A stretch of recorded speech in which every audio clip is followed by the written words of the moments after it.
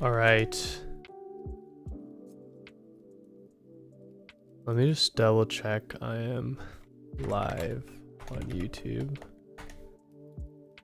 as well. How do you get to my channel?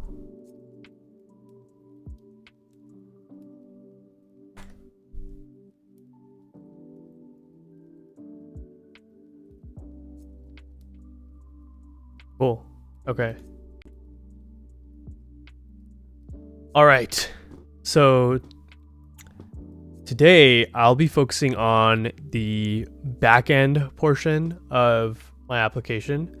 So the goal is going to be to get a so we're building, what are we building? We're building a no-code app, like a no-code web interface for someone to just come in with their data set and receive a custom LLM. So the initial version that I want to build is just bringing in a data set from a pre-prepared data set, maybe from like HuggingFace, and then on the back end, just be able to actually fine tune and receive the customized LLM. So just focusing on the tuning part. So to do this, I'm going to be spinning up a FastAPI server, and then I'm going to need to figure out how to actually deploy my fine-tuning logic on a GPU instance. And I'll be using runpod for the GPU instance. Because yeah, that's what I researched to be kind of the cheapest, most cost-effective. So yeah, let's get started.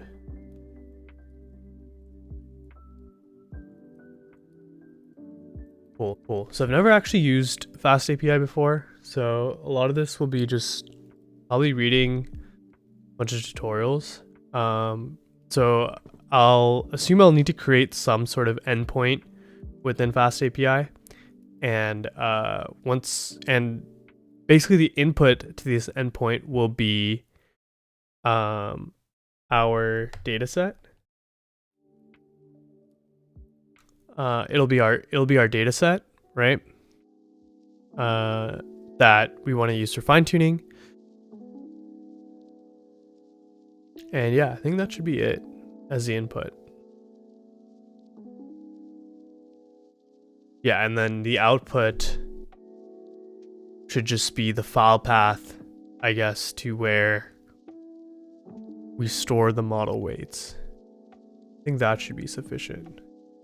I've also been trying to use, saw a lot of people use Eraser.io. Is this free?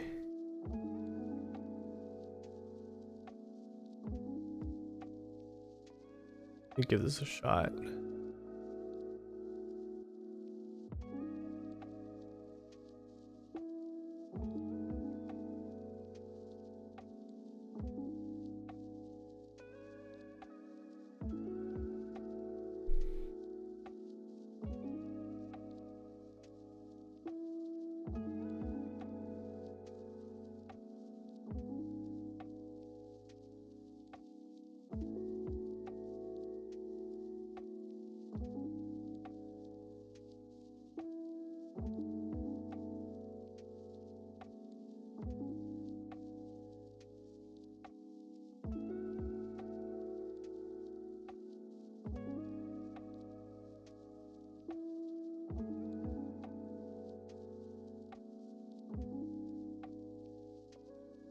Oh, this is pretty cool.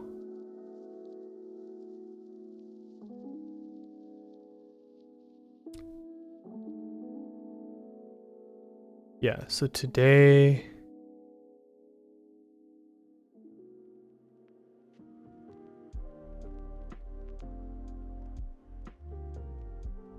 okay, I mean, I think I generally know the architecture, right? So it's just gonna be NextJS on the front end, then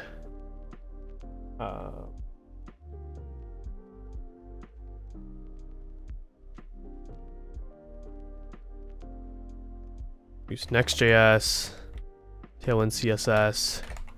I liked ShadCN, suggested by Justin.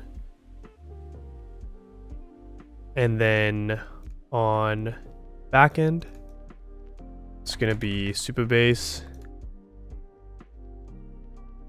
with one layer in between, which is Prisma. Just an ORM that we'll use to connect Supabase and NextJS. Cool. From there,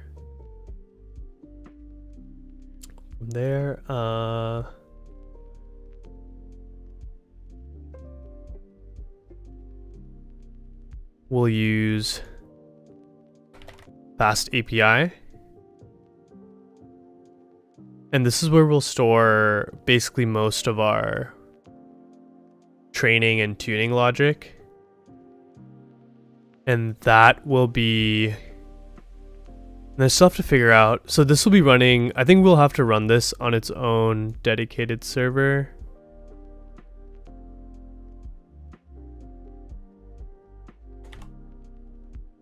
So we can run this on...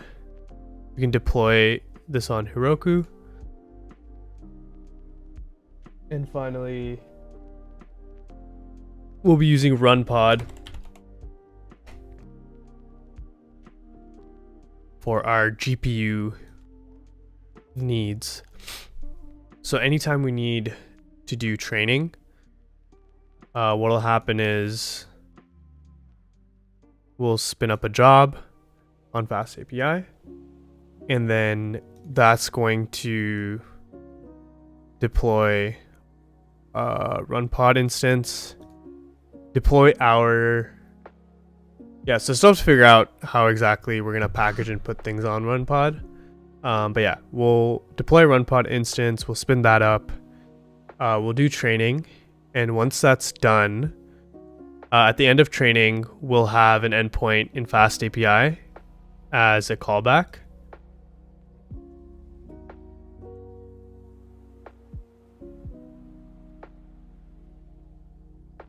So FastAPI knows the job is done, and then we can update that status in Supabase, so we can then let the user on the front end know eventually. And then, so this is for training, and then it'll be a similar process for inference as well. So we'll have a training endpoint. So we'll have a train. We'll have a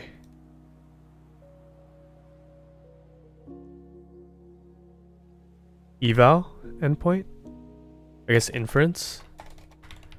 We'll have a training and inference, essentially. And then, like I said, input is...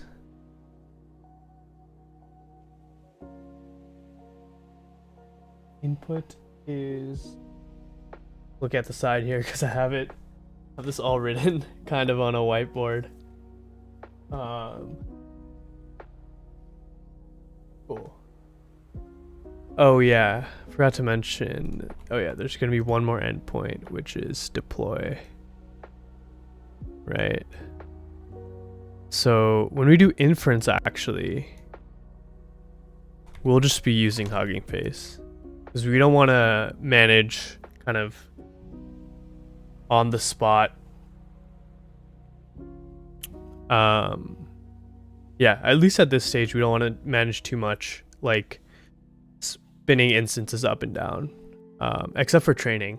I think for training, we pretty much have no choice but to do that, unless we get a whole dedicated instance to ourselves, which is an option, but that can run pretty expensive, especially if, you know, we don't have that much traffic. So yeah, we'll just focus on that for the training side. So yeah, I guess we'll need some helper function here, right? So we will need some helper function. like there's going to be some core logic here to spin up run pod instance. So we don't even need this. Actually really like this UI. And then here we'll have a callback. Cool. So for the train, it'll just be dataset location.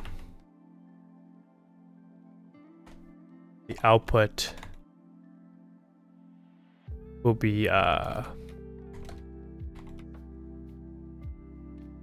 model weights. We'll need to write the model weights somewhere at the end of training. So that's something that we'll have to also kind of just do on RunPod as well.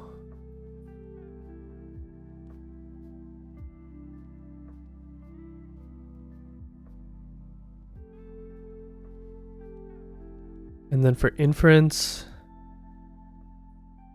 it'll be model ID, right? So we know we can just grab that from Supabase, and then basically under the hood, it's going to call HuggingFace, orchestrate everything with HuggingFace, and the output will be the streamed output from HuggingFace. So we'll have to look into the HuggingFace connector there. Deployment, it'll also be the model ID, and the output is just success or fail. And this will just deploy it to HuggingFace. So let me just add a block here.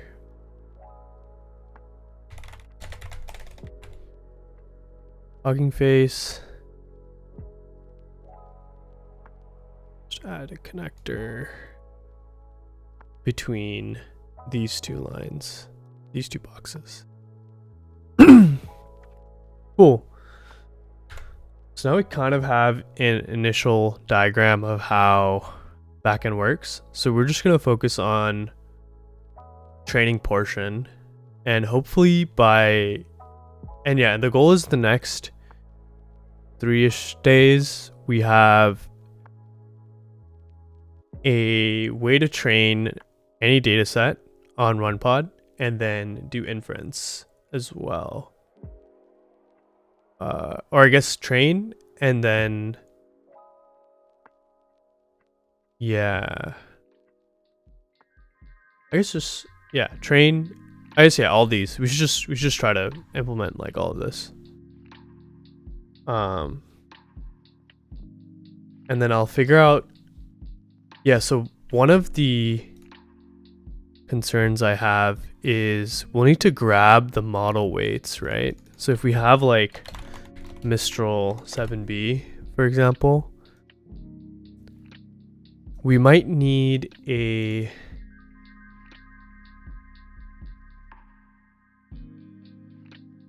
persistent storage to actually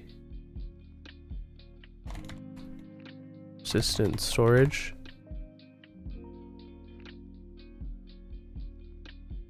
Yeah, so this way, if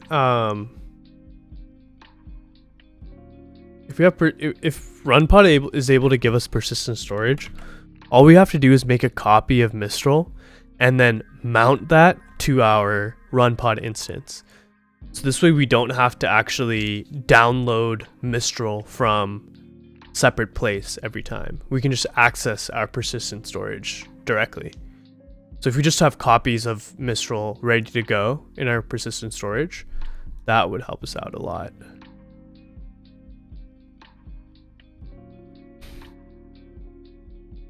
So this is where we'd store our model weights. Cool. So I think that makes sense. So kind of initial steps, right? The step I want to focus on now. So yeah, if we were to break this up into kind of like tickets, let's try to keep this as to-dos.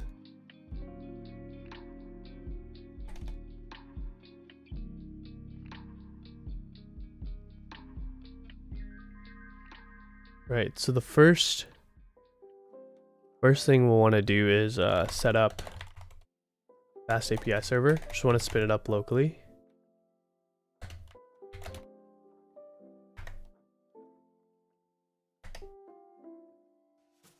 The next thing we'll want to do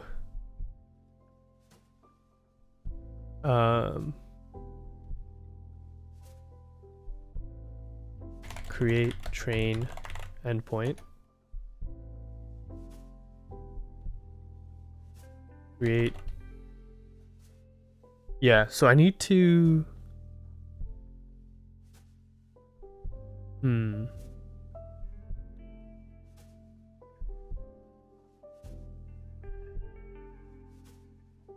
So let me think. So we're gonna have a FastAPI server running all the time on Heroku, but that actually won't have access to the run pod instance.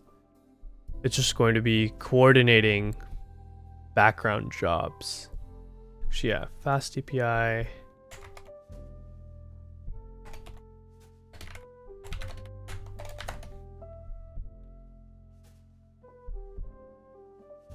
Nice, okay. So really all train is gonna do is kick off a background task. So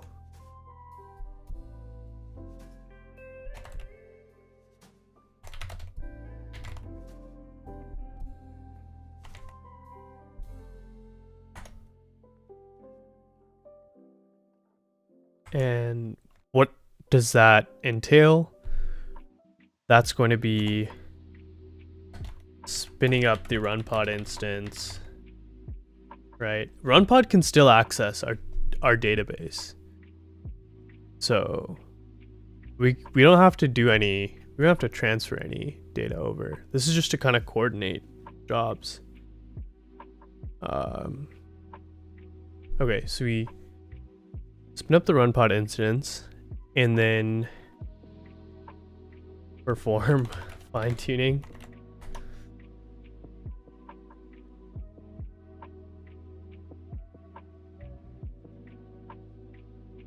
You also need to create train callback endpoint.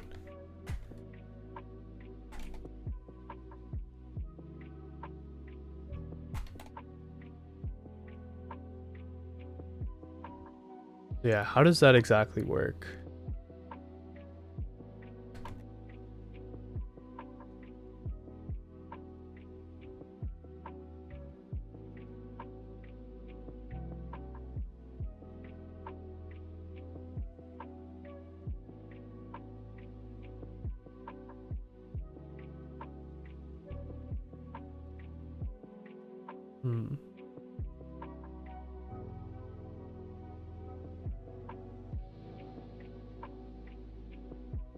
One sec.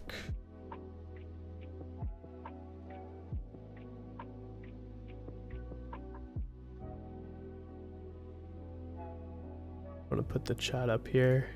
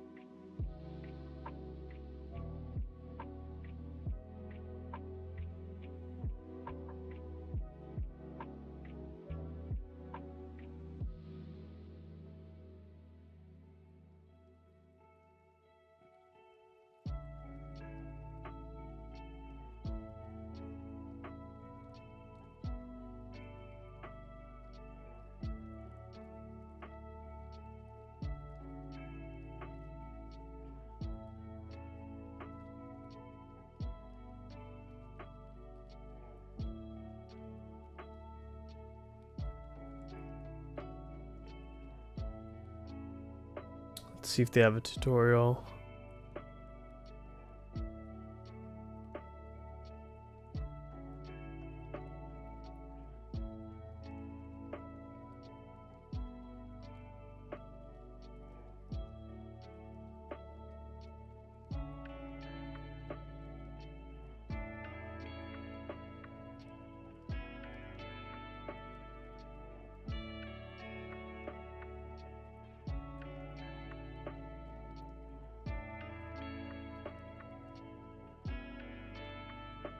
Axolotl, interesting.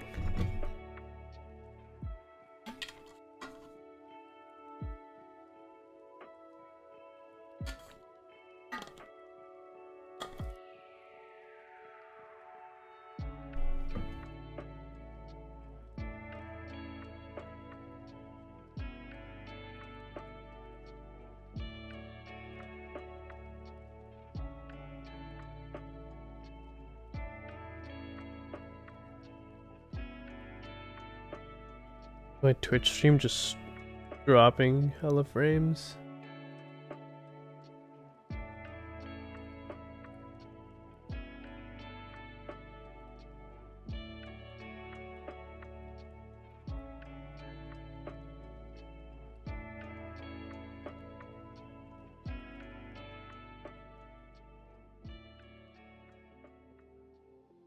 Let's see. Didn't really test this much.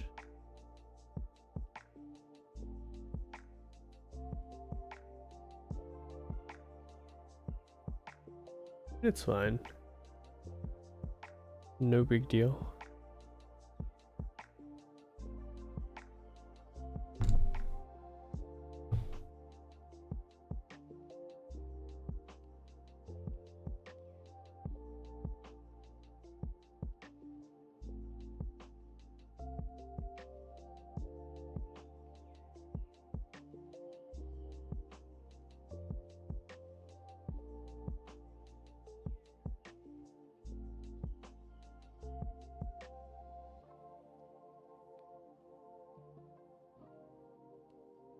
Hot is an instance on a GPU or multiple GPUs you can use to run your training job.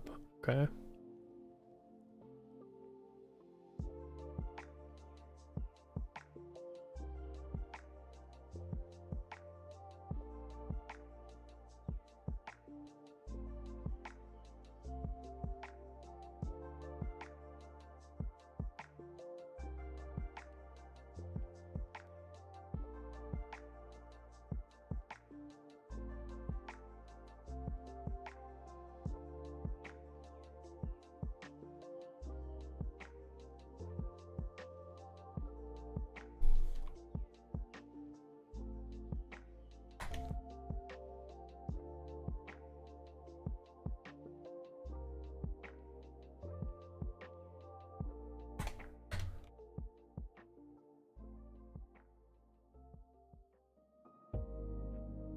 See how this compares to PyTorch.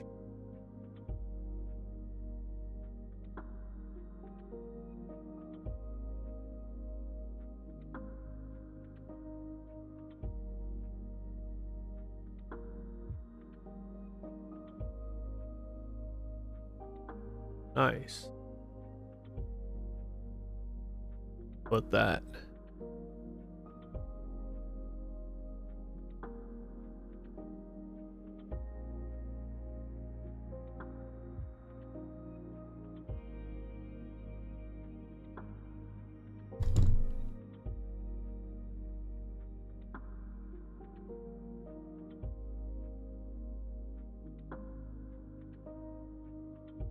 So, let's see.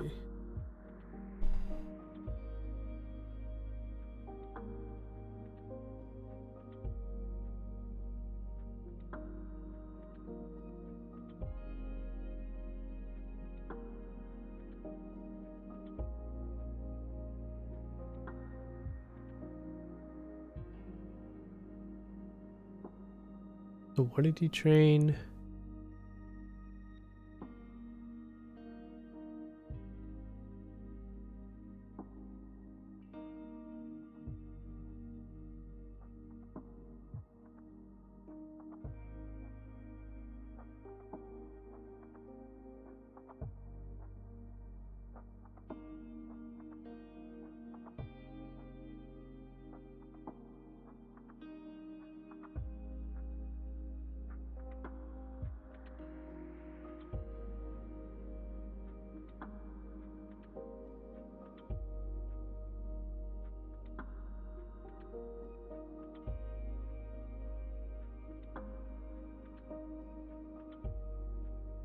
All right, so I guess Onslaught is the winner.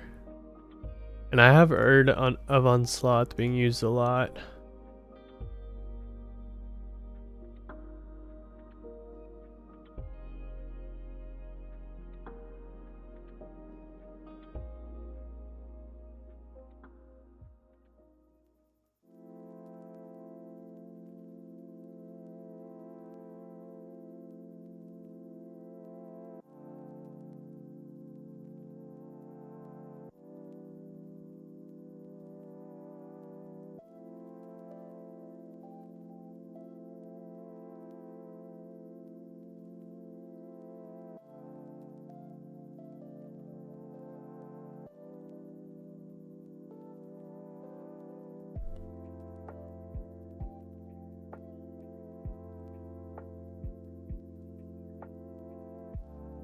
What is Zephyr?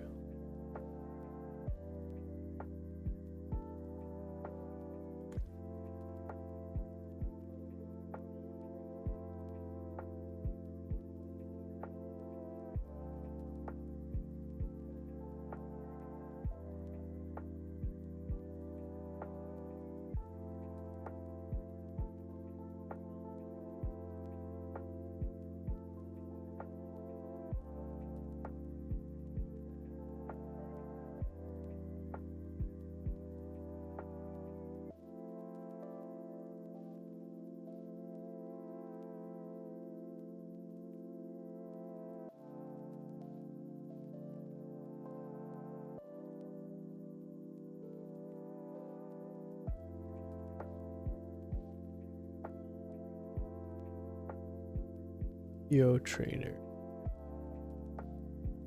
That'll be later.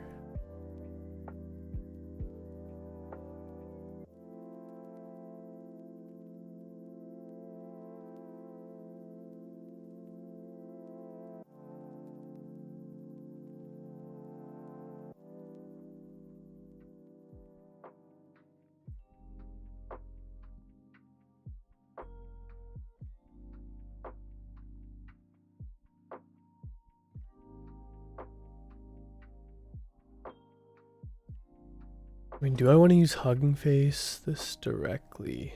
Question.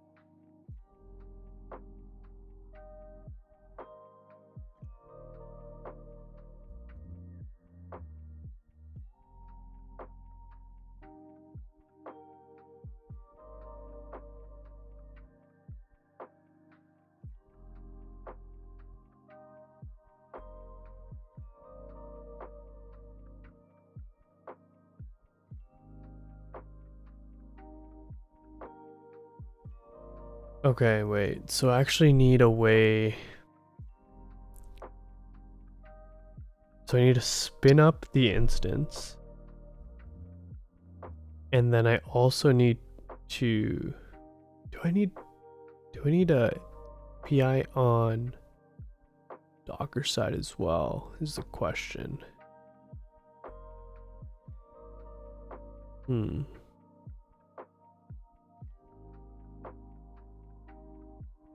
Because can I just do all this on the NextJS server side?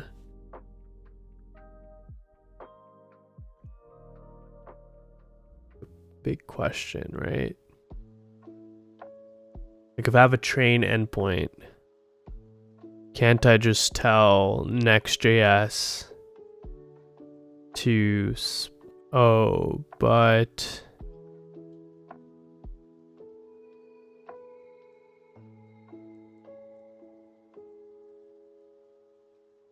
you can't run background jobs. That's the issue. You can't run background jobs on NextJS. So there's no way around the backend server.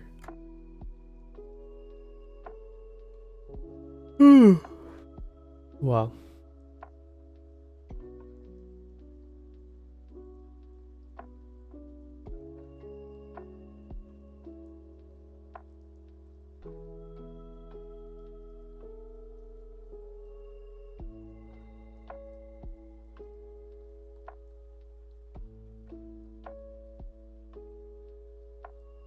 Okay, so we'll need a Docker image, and we'll upload the Docker image to upload the Docker image.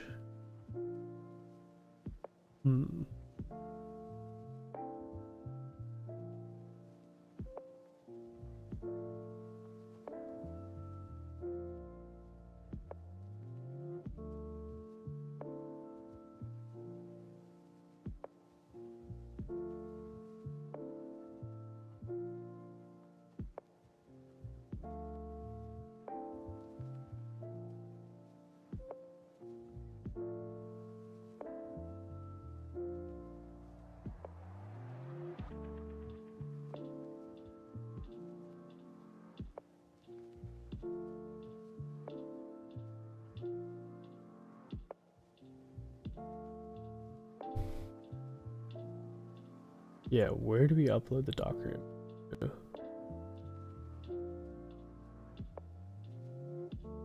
That's the big question, right? Because, or rather, how do we, can we have our API deploy the Docker image?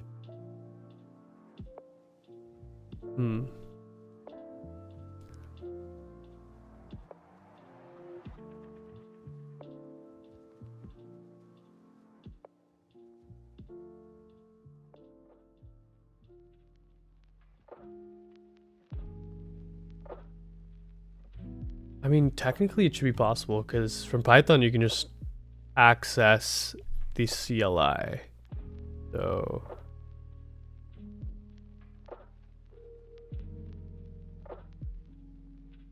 should be no problem technically.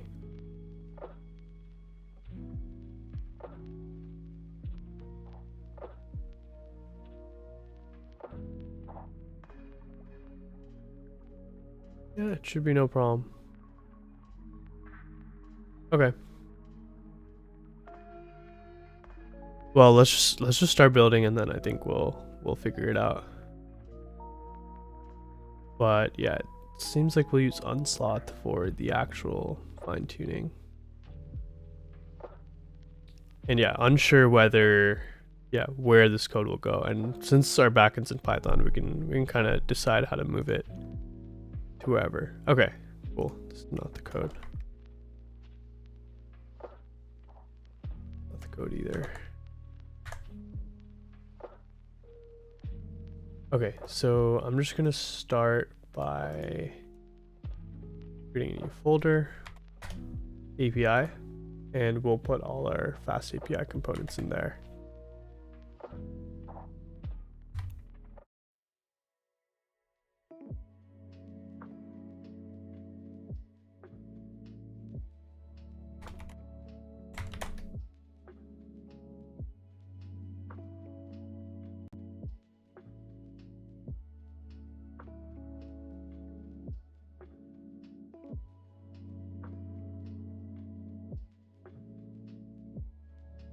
No, I literally just install.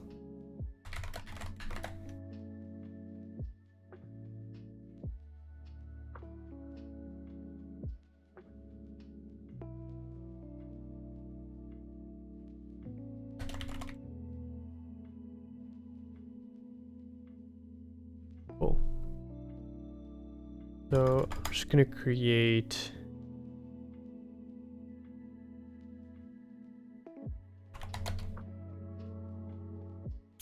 it's the command to create a virtual environment. We want to make sure we use just the Python dependencies.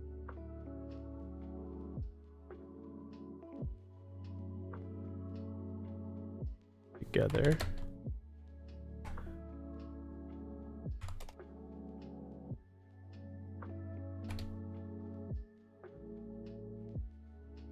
Gosh,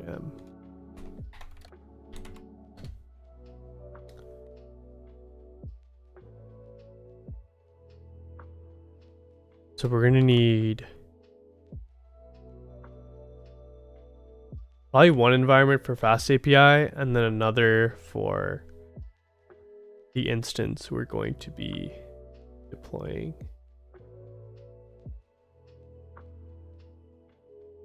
Just do FastAPI /bin/activate.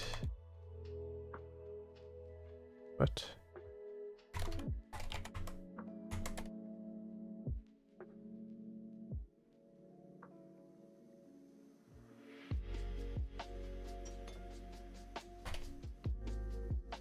Mission denied. Okay.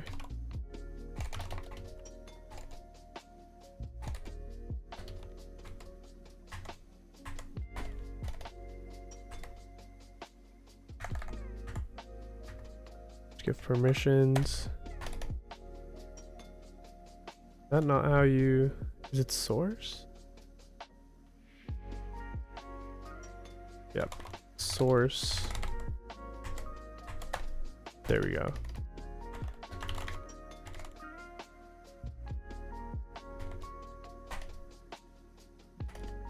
There's no dependencies.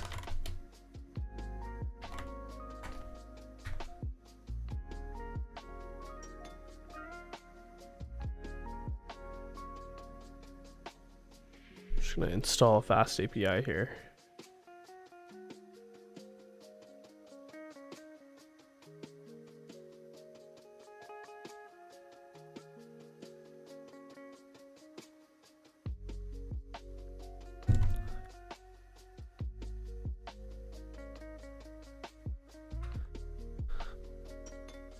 Okay, what's next?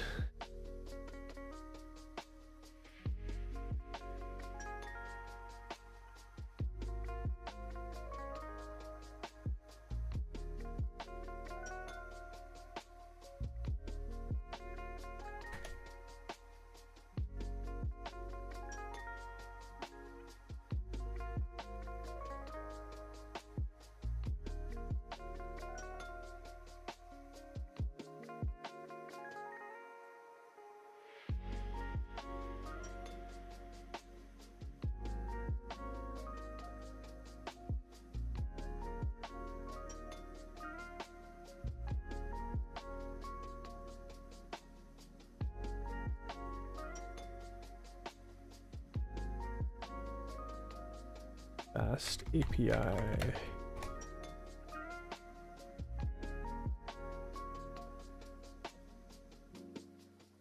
Yo, what's up, Justin? Ah, not yet, dude. Not yet.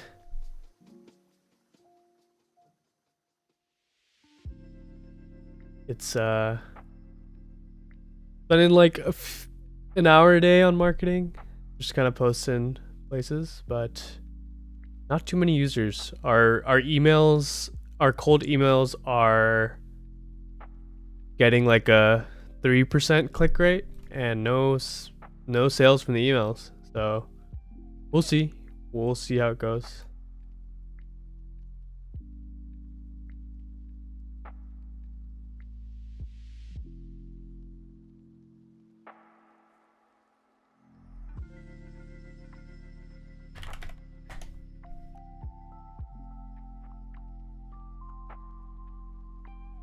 See how we spin this up.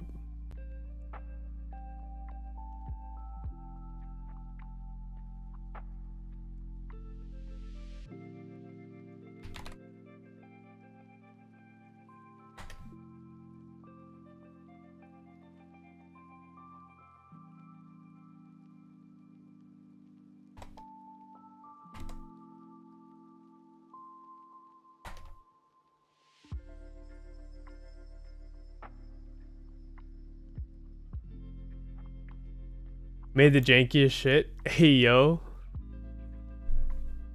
Let's go. Made progress. That's huge.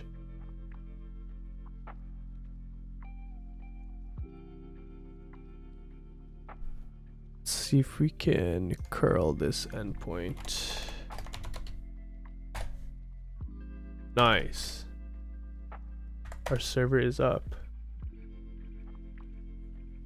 That was pretty easy to set up, actually.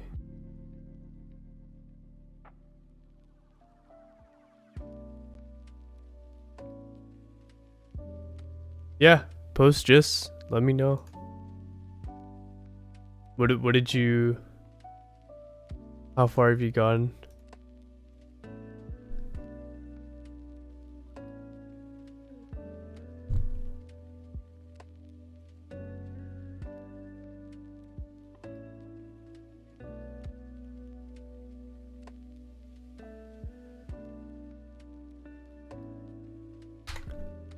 Let's see this. Just git clone my template, change text with AI. Yo. Good shit.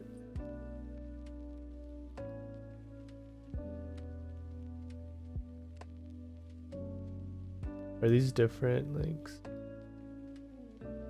And you've got it all like automated, basically.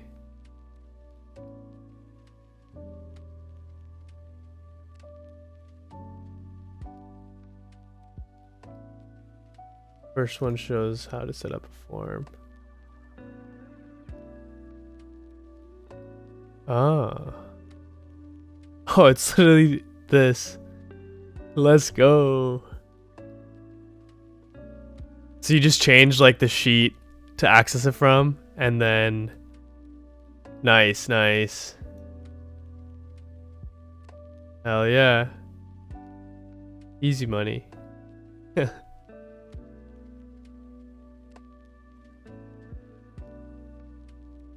Do you have dude, you could probably sell this like, well, maybe not at this state, but like I actually think this is like a system you can sell at some point if you just like prove it out. Oh, you literally use app script? No way.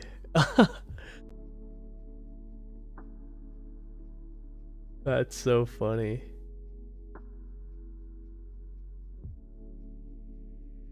Use the send email. Oh, okay. Yeah, you can use yeah, so I don't know how many emails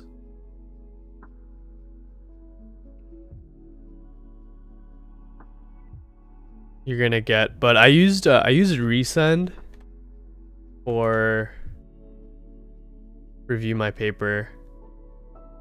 So it's something to look into, but you have like super high limits there. Or I think you can just use SMTP directly.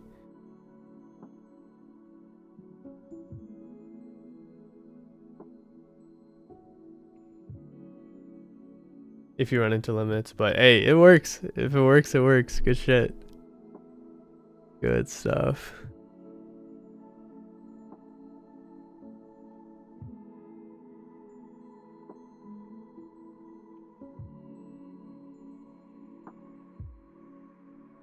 Fun to try. Yeah.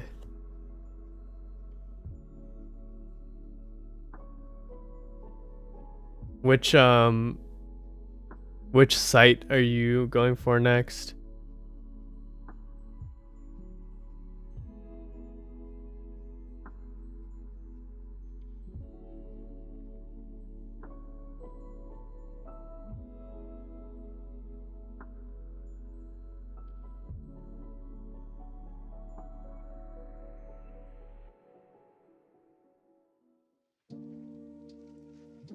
Getting a compile list of potential ones? Yeah.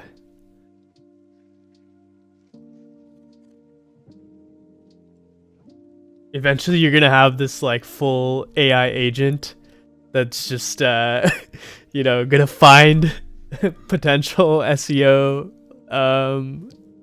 like money making topics, and then it's just gonna automate everything eventually. Your list of 10? Yes, sir. If you like, yeah, if you just have a script where you're, I mean, yeah, I guess it's free if you just use AI like with ChatGPT and manually. But I mean, something to consider if you just want to like at some point just make a script to call the API.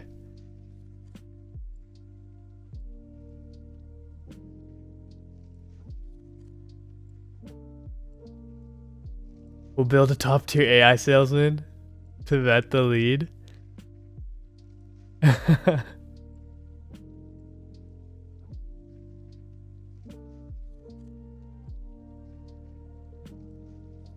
I mean, sure, you can do it today. Some APIs. We don't even need to like. I don't know. Like that's my motto, man. Like we don't need to build like hard shit. Like people have done that. Just use what people have built.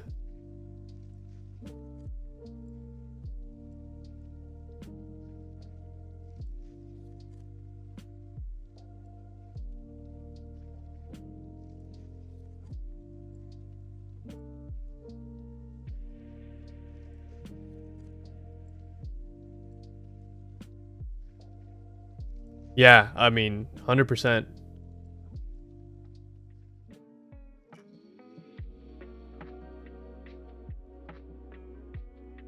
Yeah, and especially if you start local, like you can even just like phone them up and be like, "Yo, like, I've got these leads for you." Um, yeah, or just like show up to like to all these like small businesses. I actually think it's a really dope idea.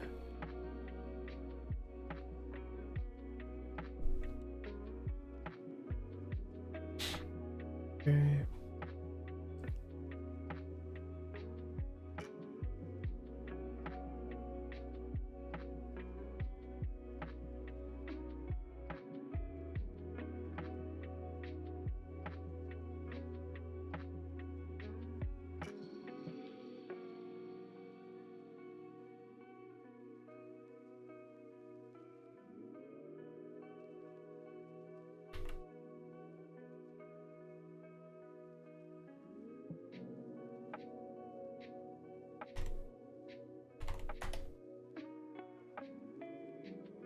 You just pick any city, run through typical services. Exactly.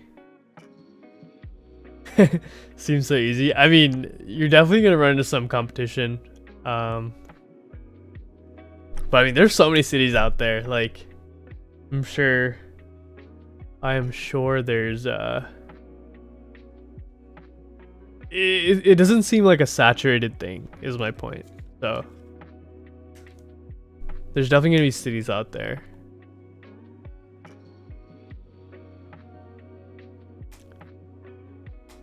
Yeah. See, like, yeah. I mean, yeah. It's trending, but it never got as big as like I don't know, like drop shipping or I like I tried drop servicing once. So basically, I created like a profile on Fiverr, and then I basically said, hey, like I can create videos for you, and then all you do is just go hire someone else on Fiverr who creates product videos, and then you just kind of like do the arbitrage there. But it's like really hard to develop like a reputation. So like I think like but I mean I guess in your scenario it's a little different. Like it's kind of just like one and done. I don't know how much you can repeat what you're doing to the same seller.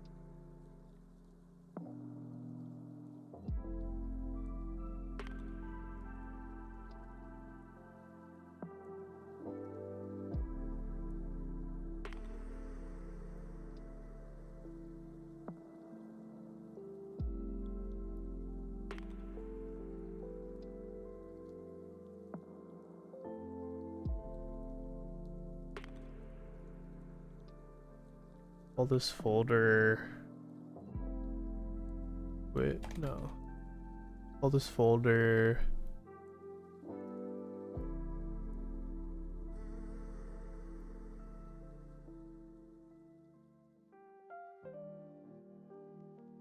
Yeah, I know, dude. Twitch. There's no way to turn it off. I put it at the lowest setting. Like the least number of ads possible.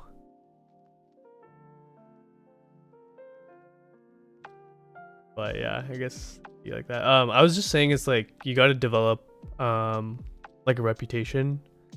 I'm not sure if in your case you necessarily do. If you're I don't know how much you'll like repeat sell to the same folks, right? Because I mean they just have one business. But yeah.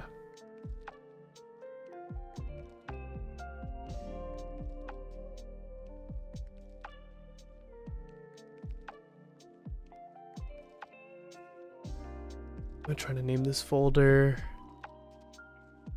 I'm trying to put all of the logic core. I'll just name it core.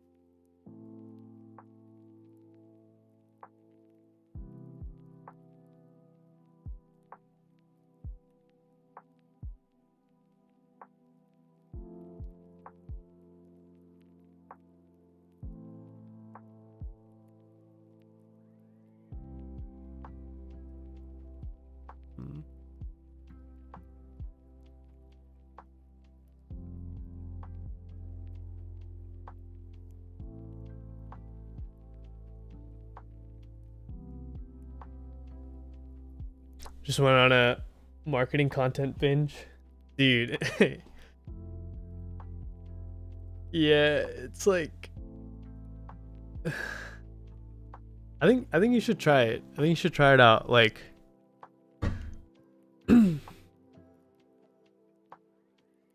yeah. Like honestly, one of the things I was considering, and it's still on the docket, like after I left, was like just like selling cars, like being a car salesman for a bit, just like, cause like yeah, exactly, like talking to people and like selling them something, right? Or like yeah, talking to other businesses, like yeah, that's not something you get as a developer. Just like talking to customers.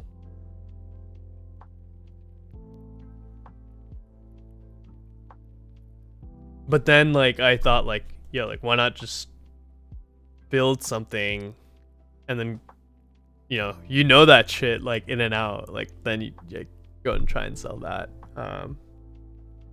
Like for review my paper, I really should be like I really should be going to all these like universities and like literally just like driving out there. Like there's like 5 like within like 30 minutes of me, and just like I don't know, handing out like QR codes or something. But yeah, I don't know. I'm not. I think like I think halfway through building that idea, I knew it was just like a stepping stone to my next one. So that's okay.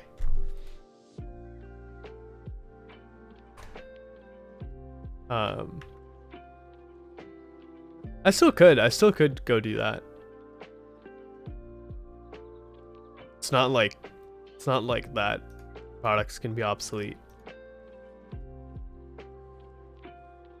That's the only skill you need? Exactly, dude. You just need to be able to sell people. That's some content. Hey, yo. clickbait. Like, I dropped 10,000 business cards in 10 different colleges across California. Facts. Yep.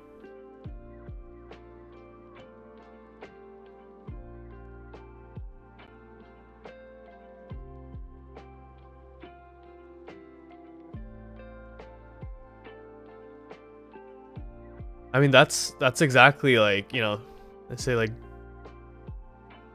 do things that don't scale. So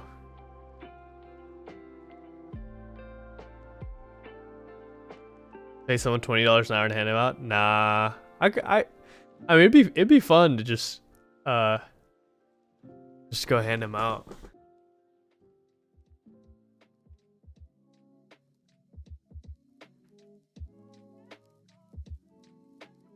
But yeah, you'd have to get to the professors or I don't know, the labs. Figure out where they are. Also, it's the summer right now, which is also, I mean, you made a good point. Like, is it seasonal, right? So maybe it's something to consider, like, as schools starting up. Canadian money's fake. Funny.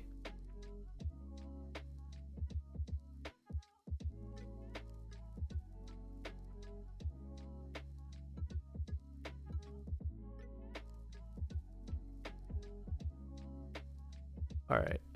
To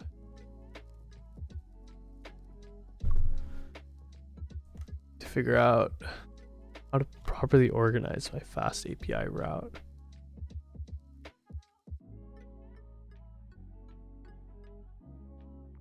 That makes sense.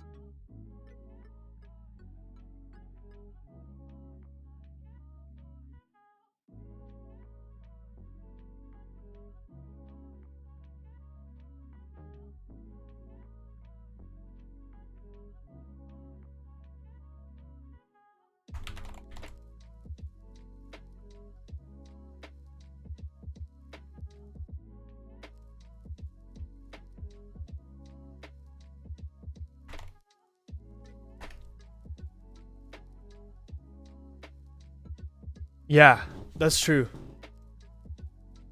I don't know that much about SEO, which is actually probably something to experiment.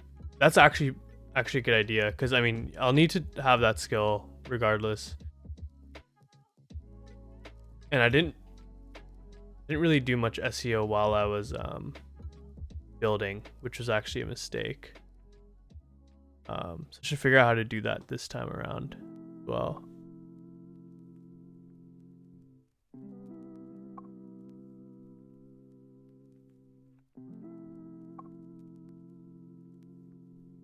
Like, even just like tags on each of the pages. I could probably honestly set up like a blog as well.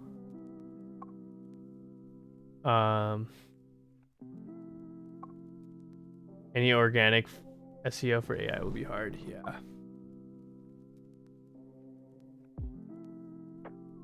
Yeah, 100%. I can also do like a blog where just generate the content with AI. That's actually another thing you could add to your site.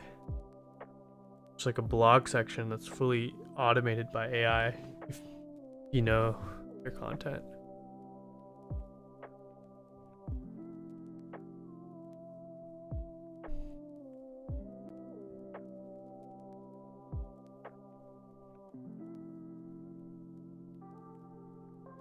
Oh, you did? Nice.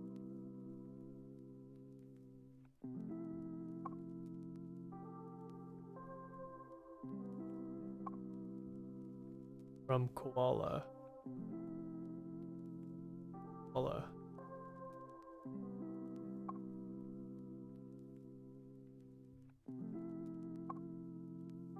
Koala writer.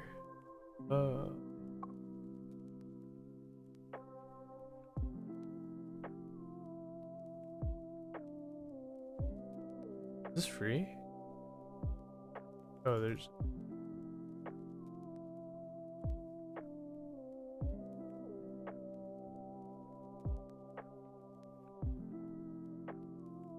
Interesting.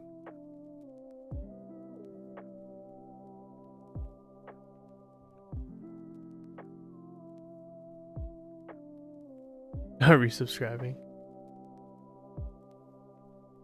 Oh, that.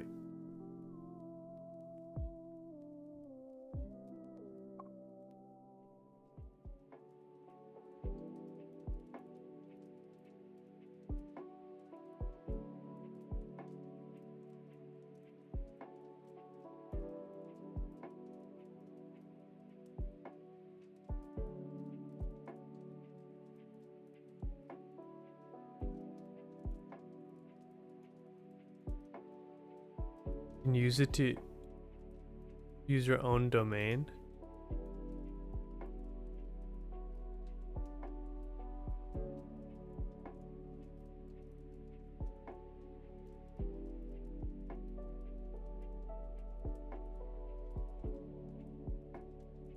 Jeez.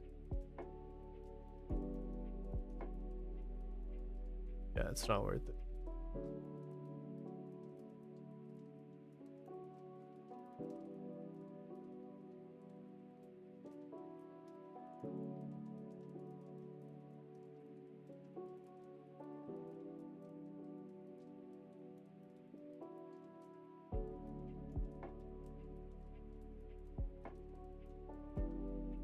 Oh, so this is all AI generated?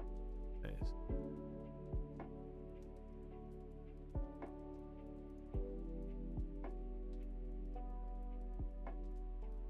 Dude, this looks solid, man. Like, yeah.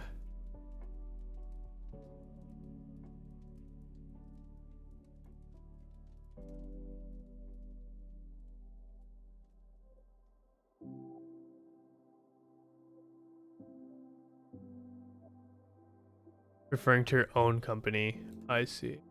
Is it not? Oh, it's just general. I mean, can't like I feel like you can just like shouldn't be too hard to kind of feed this into GPT and tell it to integrate your own company. Like just the output from Koala. Just have to edit in, yeah.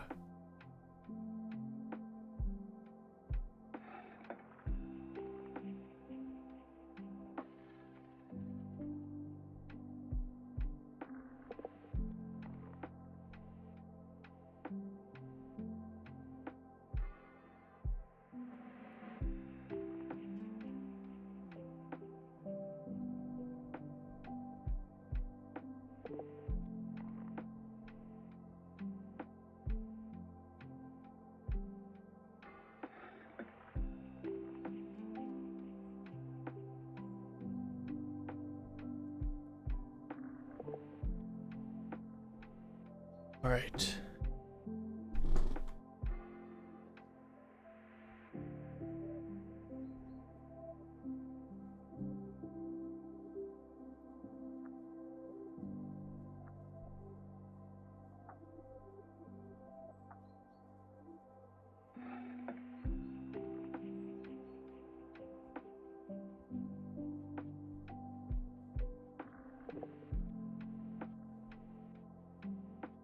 Let's see.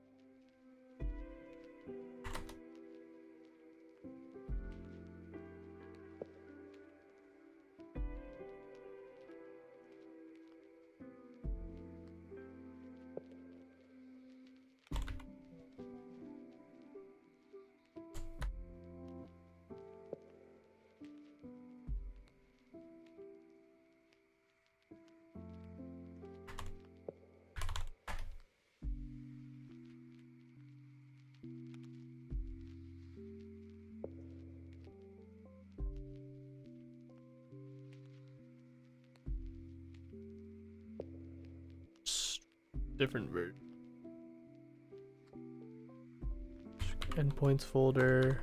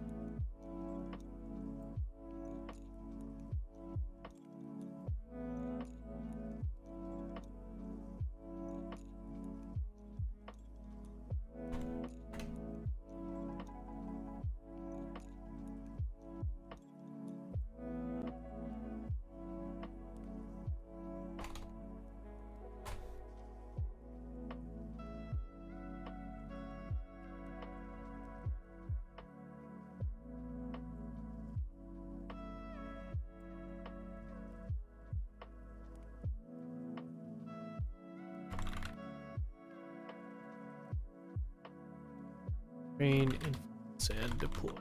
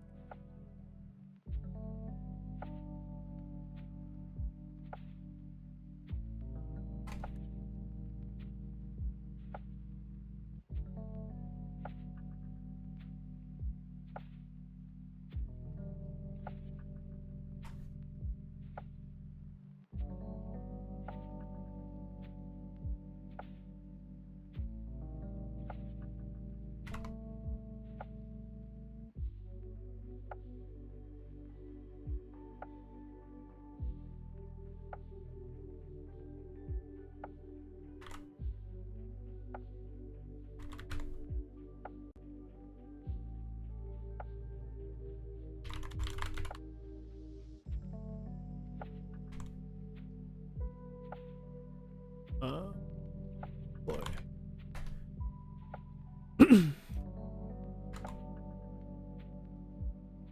Cool. That gives us 3 endpoints.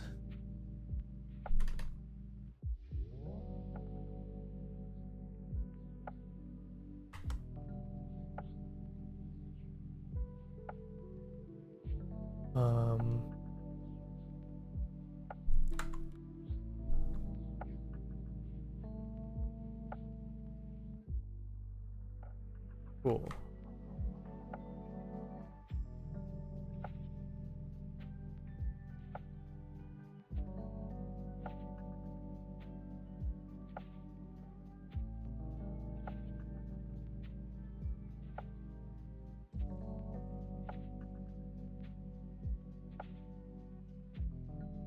Not import module main.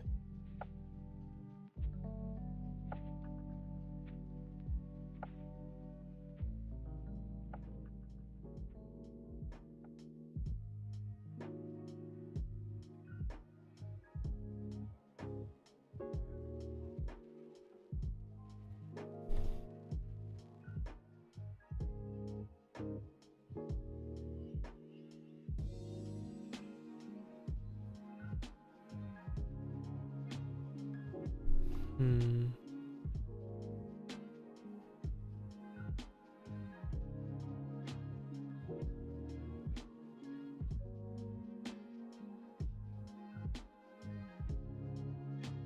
Oh, I just changed. Okay, let me see.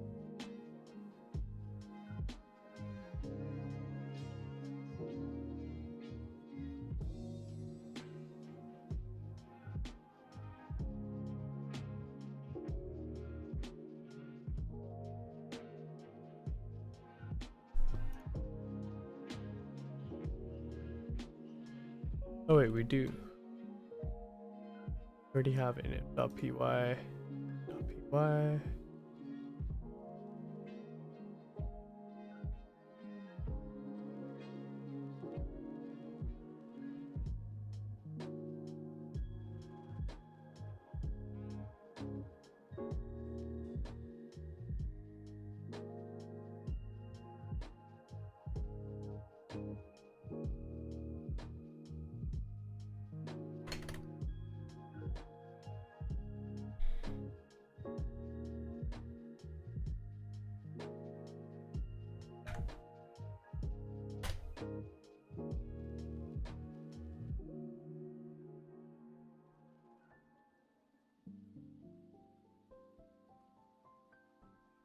We need a root.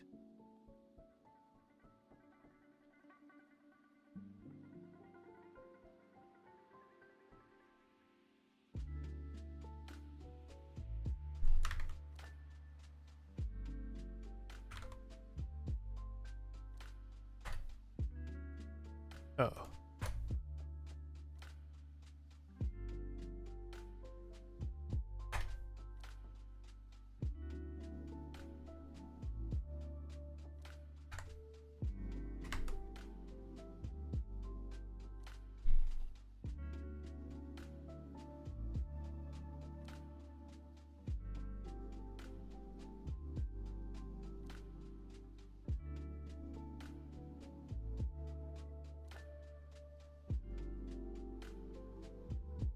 See what happened here.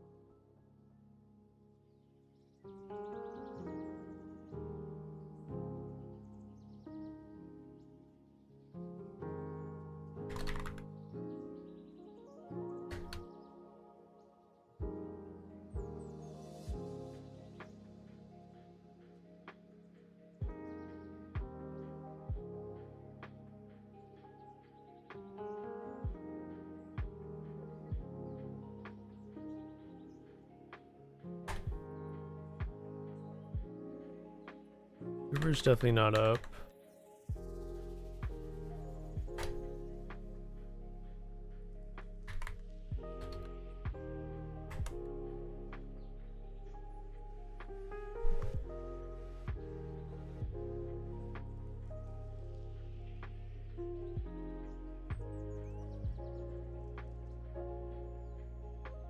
Hmm.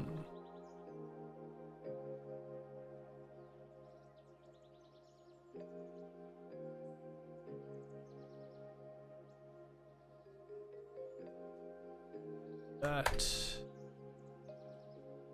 wouldn't work.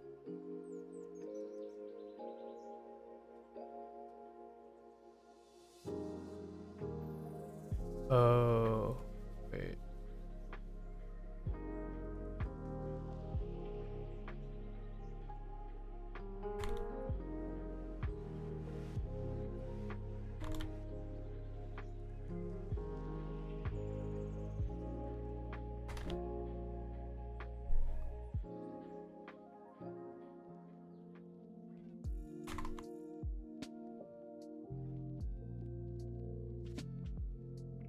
The name con.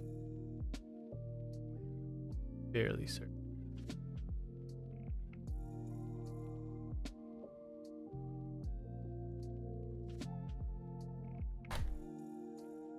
Yep. We're in. Cool.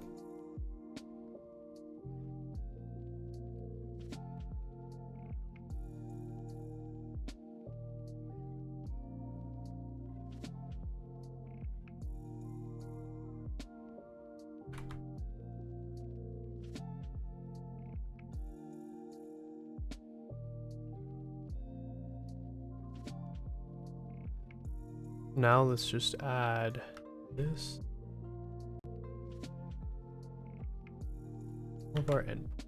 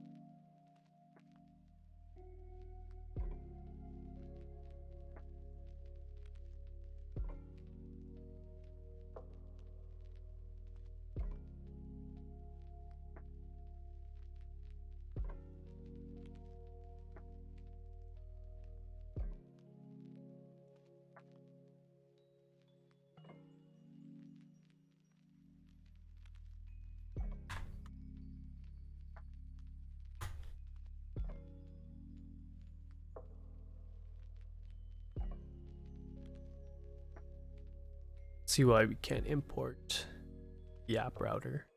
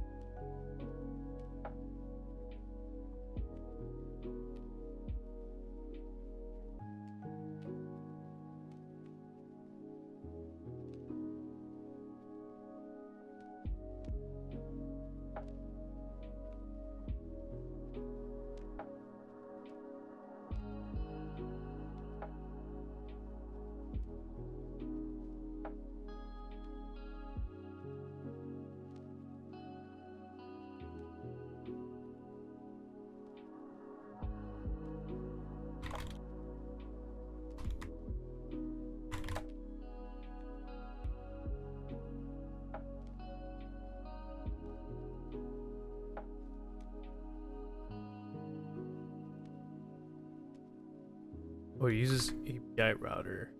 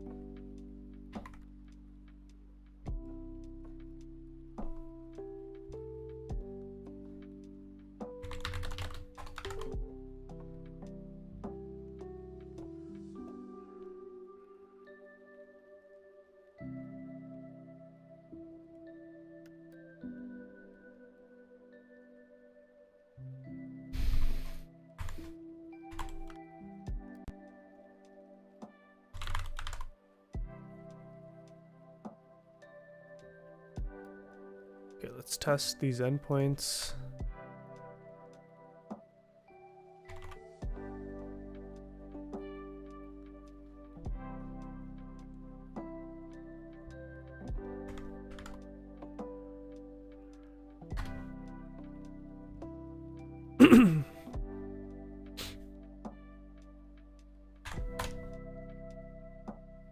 Okay. This should be nothing at train.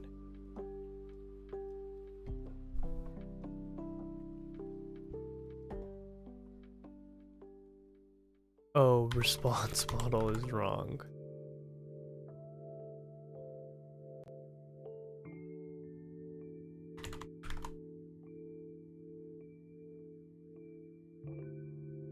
That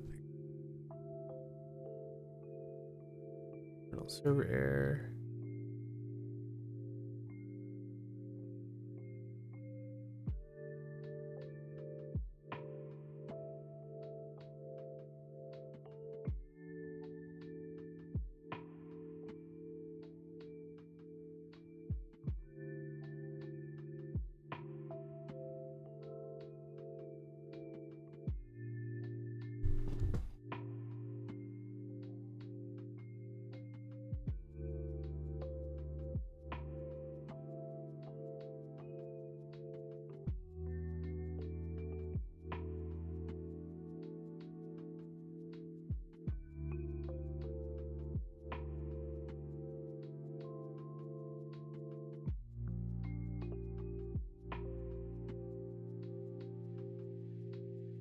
What went wrong here? Input should be a valid Boolean.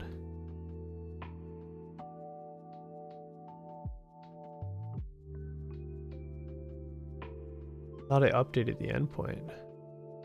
No? It's a one endpoint I didn't update? Alright. Trying it again. Cool.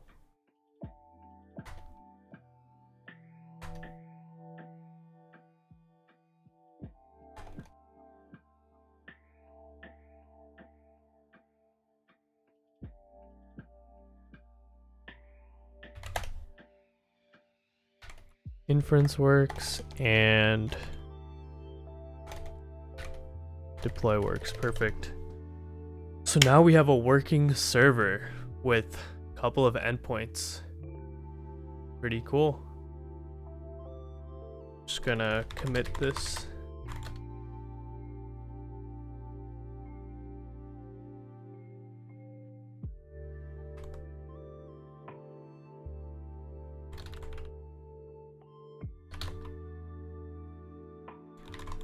FastAPI setup.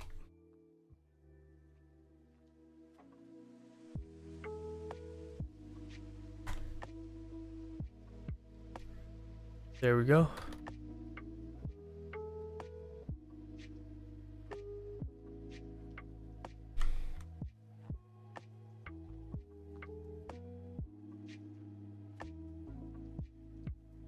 Cool. So the next step will be go back to our diagram here.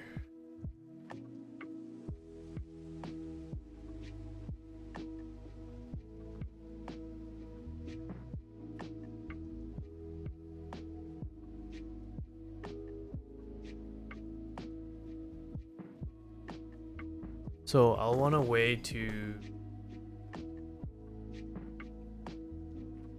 spin up one pod.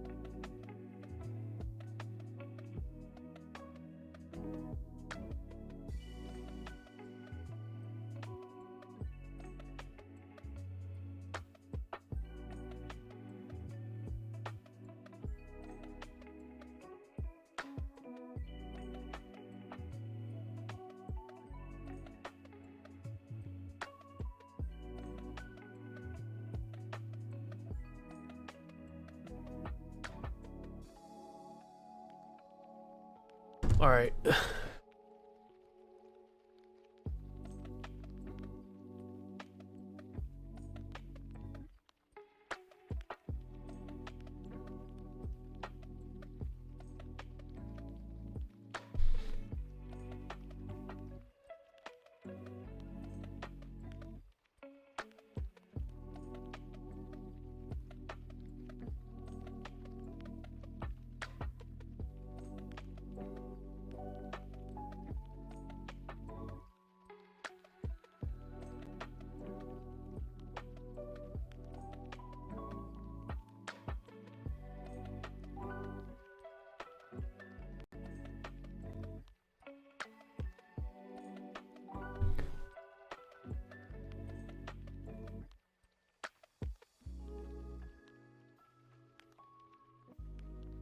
Cool. So we have a server.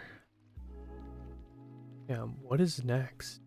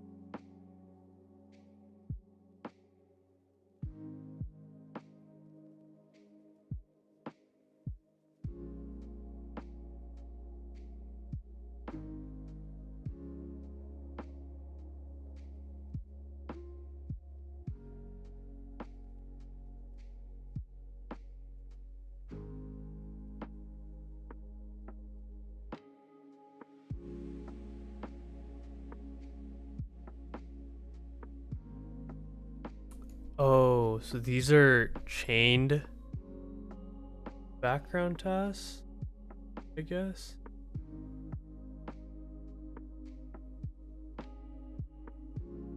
Wait.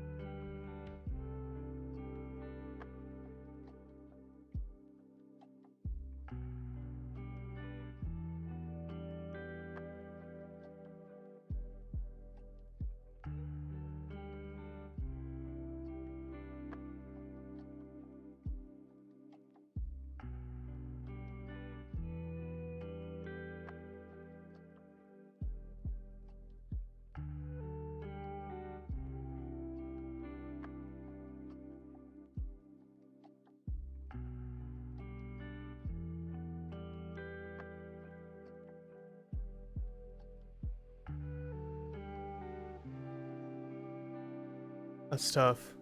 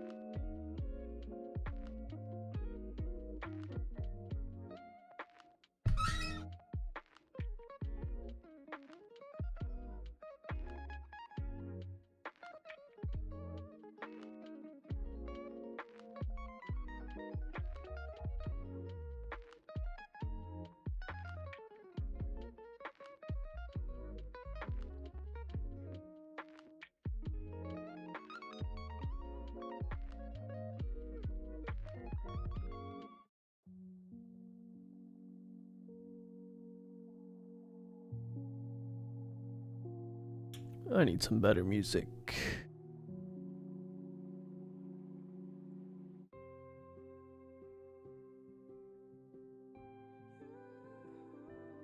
I know you're waiting, counting mistakes you ain't making.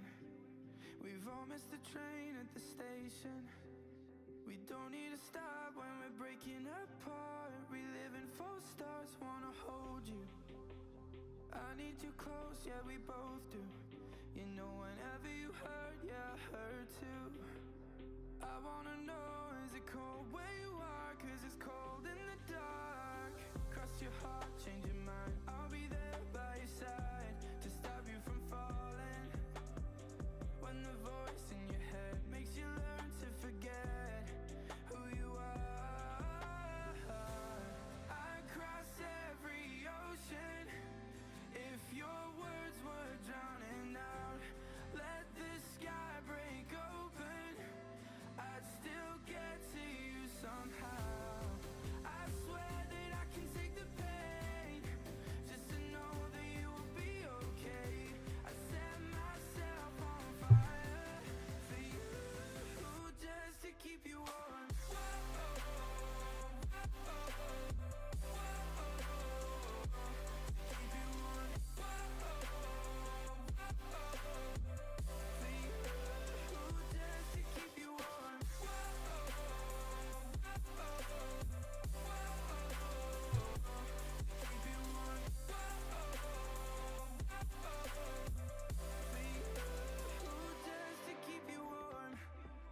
Yeah, I'm alright, but I'm wishing I could pull up outside and then run to your door almost midnight.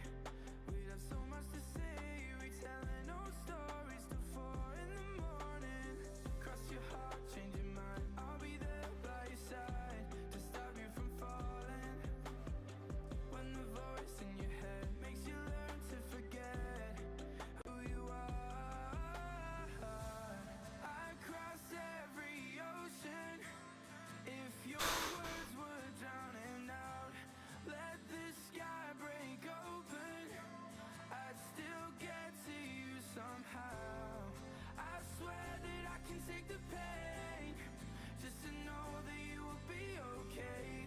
I set myself on fire for you, just to keep you warm. Whoa, whoa, to keep you warm. All right, well, we know we need do we need a background task? Yeah, we definitely need a background task to spin up the run pod instance and kick off training.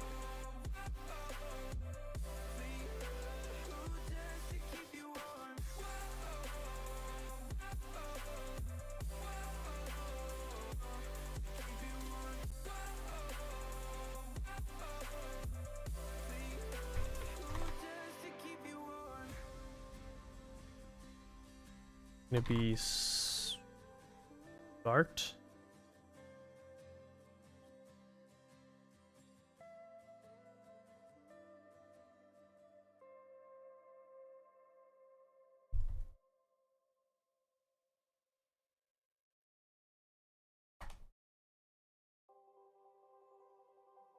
It's gonna be a post method.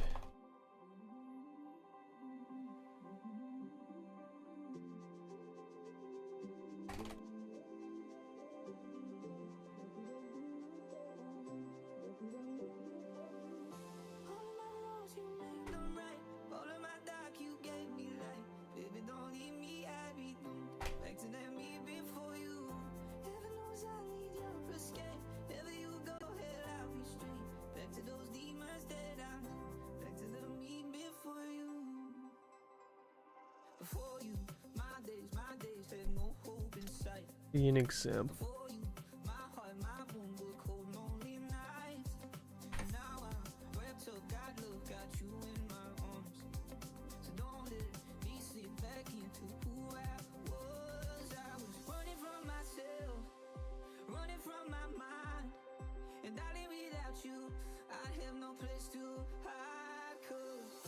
All of my wrongs, you made them right. All of my dark, you gave me light. Baby, don't leave me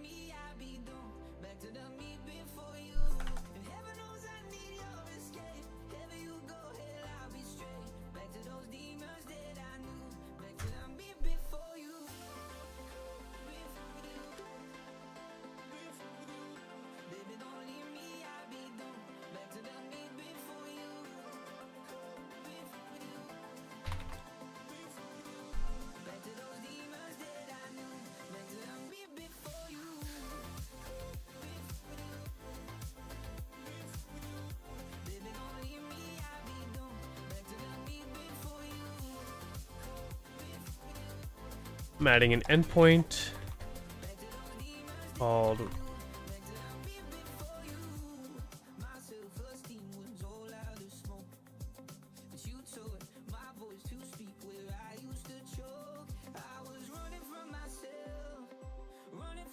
start training a model. I want to use FastAPI background tasks to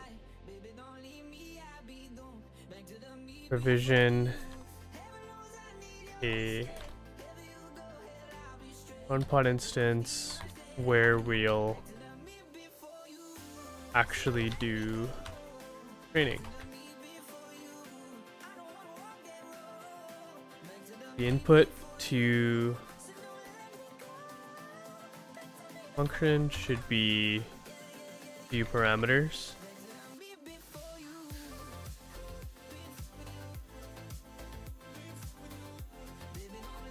User who kicked off training job. Also have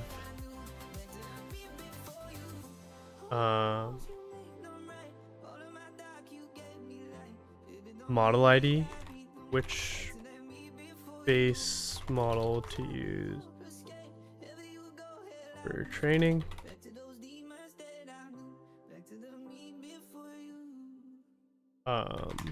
Data path, where in storage the data set is.